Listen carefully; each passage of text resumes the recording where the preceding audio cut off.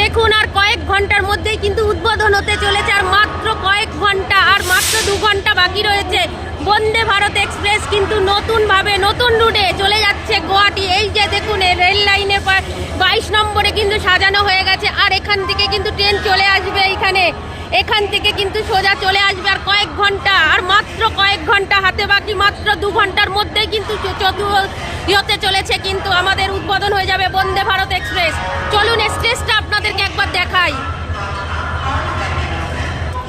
তো দেখুন স্টেজটা কি সুন্দরভাবে সাজিয়েছে, নরেন্দ্র মোদীকে দিয়ে পুরোটা সাজিয়ে দিয়েছে স্টেজটা।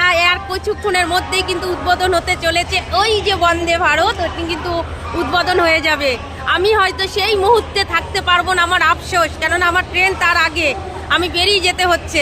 কিন্তু আমার মানে এত সুন্দর দৃশ্যটাকে আপনাদের কাছে না তুলে ধরতে পারলে আমার কেমন লাগছিল, তো আমি কিন্তু আজ তুলে ধরলাম। দেখুন কত সুন্দরভাবে এখন কিন্তু ঘড়ির সময় ধীরে ধীরে এগিয়ে আসছে, আর কিছুক্ষণের মধ্যেই, আর কয়েক মুহূর্ত বাকি রয়েছে উপস্থিত হতে যে ট্রেন, সেই ট্রেন বন্দে ভারত, যা একদম হাওড়া থেকে সোজা চলে যাবে কটলাইন হয়ে আসাম।